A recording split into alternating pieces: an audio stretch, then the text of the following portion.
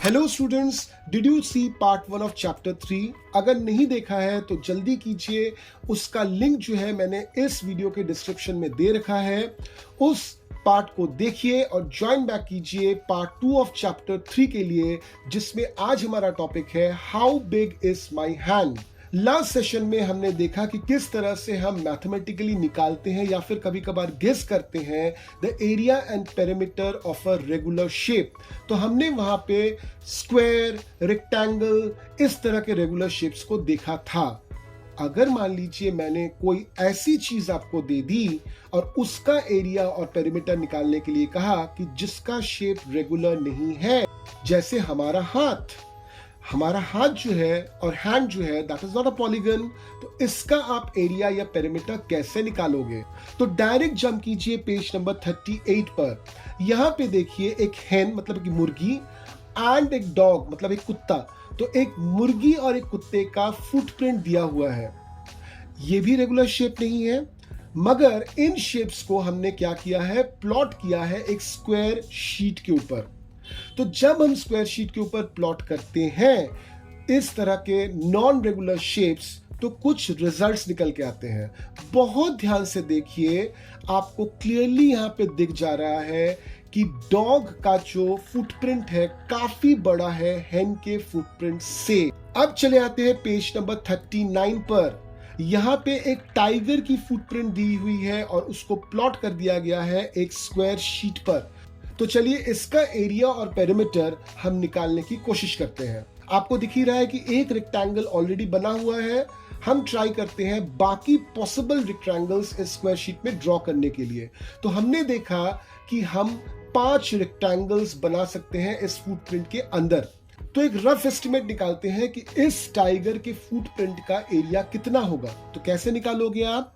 Area of rectangle 1 plus area of rectangle 2 plus area of rectangle 3 plus area of rectangle 4 plus area of rectangle 5 करके। तो चलिए हम इनमें values अब बिठाते हैं, मगर अब की बार हम यूज करेंगे एक फॉर्मूला फॉर फाइंडिंग एरिया। और एरिया का फॉर्मूला क्या होता है? Length into breadth. तो area of the tiger's footprint कैसे निकलेगा? It is equals to rectangle 1 का लेंथ कितना था? 3 सेंटीमीटर। ब्रेथ कितना है देखिए, 2 सेंटीमीटर। सो 3 इंटू 2 प्लस।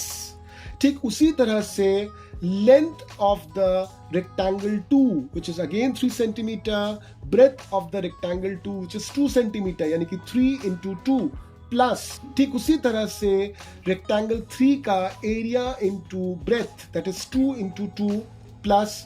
ठीक उसी तरह से रेक्टेंगल नंबर 4 का length into breadth that is 9 into 7 plus. उसी तरह से रेक्टेंगल 5 का length into breadth that is 3 into 2। तो क्या सॉल्व करके निकल के आता है? 6 plus 6 plus 4 plus 63 plus 6 which is equals to 85 square centimetre.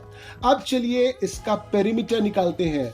तो पेरीमीटर कैसे निकलेगा? Perimeter of rectangle 1 plus perimeter of rectangle 2 plus perimeter of rectangle 3 plus perimeter of rectangle 4 plus perimeter of rectangle 5। जैसे हमने एरिया को निकाला formula के जरिए, अब पेरीमीटर के केस में भी एक फॉर्मूला अप्लाई करते हैं। और फॉर्मूला क्या है? Perimeter is equals to 2 into in the bracket length plus breadth. तो अब निकालते हैं perimeter of the tiger's footprint. तो रेक्टेंगल नंबर 1 में लेंथ कितनी थी? 3 सेंटीमीटर। ब्रेथ कितनी थी? 2 सेंटीमीटर। तो 2 इंटू ब्रैकेट में 3 प्लस 2। ठीक उसी तरह से बाकियों को भी फिलअप करेंगे। Plus 2 into 3 plus 2 plus 2 into 2 plus 2 plus 2 into 9 plus 7 plus 2 into 3 plus 2। तो क्या आएगा यहाँ पे? 10 प्लस 10 प्लस 8 प्लस 32 प्लस 10। तो टोटल आपका आ रहा है 70 सेंटीमीटर। तो इस तरह से हम किसी भी इररेगुलर शेप का approximate area and approximate perimeter निकाल सकते हैं। तो अब चले आते हैं पेज नंबर 36 पर। हम वापस से अपने हैंड यानी कि अपना जो पाम है उसका एरिया और पेरीमीटर निकालना चाहते हैं। तो एरिया और पेरीमीटर कैसे निकालेंगे? स्क्वायर शीट पर इसको प्लॉट कर लेंगे और उसके बाद हम निकालेंगे। ठीक है, चले आते हैं पेज नंबर 40 पर। यहाँ पे एक छोटी लड़की जो है वो एरिया ऑफ अ ट्रायंगल निकालना चाहती है और जो छोटा लड़का है उसको बोल रहा है कि ट्राइंगल का जो एरिया है that is half of the rectangle. साथ में ये भी बोल रहा है कि रेक्टेंगल का जो एरिया है दैट इज 2 सेंटीमीटर स्क्वायर। तो ट्राइंगल का एरिया कितना निकलेगा? It is obviously 2/2 which is 1 centimetre square. Clear? ठीक उसी तरह से अब हमको एरिया निकालना है अगले शेप का। बहुत ध्यान से देखिए, शेप जो रेक्टेंगल में, ब्लू कलर का शेप जो रेक्टेंगल में बना हुआ है वो ऑलमोस्ट देख के लग रहा है half of the rectangles area occupy करता है। अब आपको सवाल में ये भी बताया गया है कि लेंथ जो है रेक्टेंगल की वो 4 सेंटीमीटर है, ब्रेथ इज 2 सेंटीमीटर। तो एरिया कैसे निकलेगा? सिंपल फॉर्मूला लगाइए, area is equals to length into breadth that is 4 into 2 which is 8 square centimetre. अब एरिया ऑफ द शेप कितना है? वो तो हाफ है रेक्टेंगल के, that means equal to 8/2, so it is 4 square centimetre. Clear?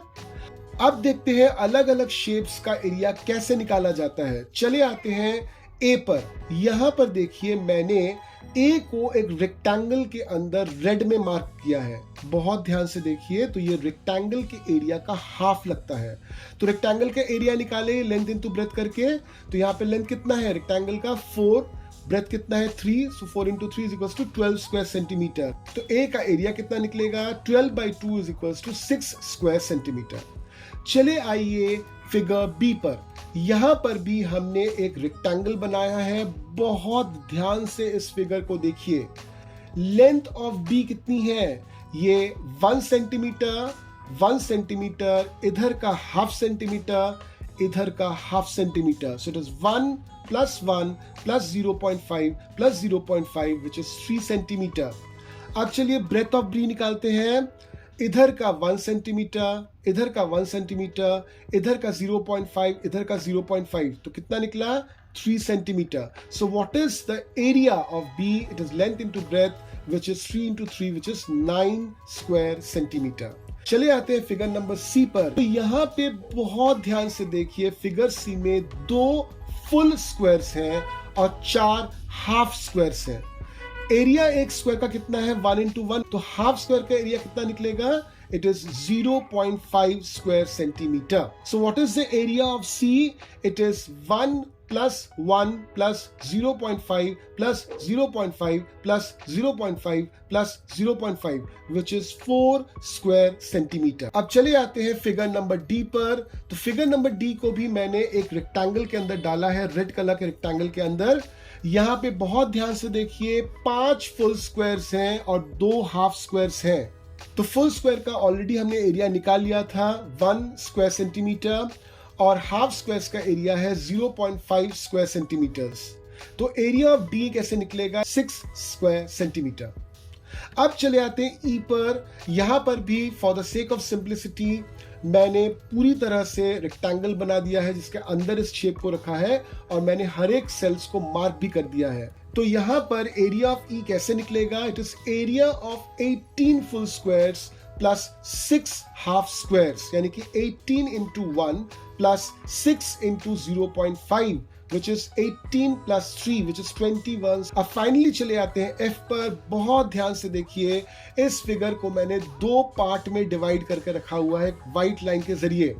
ठीक है, और ये दोनों पार्ट्स जो है एक दूसरे का मिरर इमेज है, एक दूसरे को एकदम रिजेंबल करते हैं। तो हम क्या करते हैं, हम एरिया ऑफ एफ कैसे निकालेंगे? ये टोटल जो रेक्टेंगल है उसका एरिया डिवाइडेड बाय उसका हाफ, यानी कि 4 into 4/2 यानी कि 16/2 विच इज 8 स्क्वायर सेंटीमीटर। ठीक है, तो आपने देख लिया कि किसी भी नॉन रेगुलर शेप का एरिया कैसे निकाला जाता है। तो पार्ट 1 में हमने पढ़ा था रेगुलर शेप्स के बारे में, पार्ट 2 में हमने पढ़ा नॉन रेगुलर शेप्स के बारे में। तो अब वापस हम मिलेंगे अगले सेशन में, जहां पर हम वर्क करेंगे कुछ ट्रायंगल्स और कुछ दूसरे ही तरह के शेप्स को लेकर। Till then keep learning.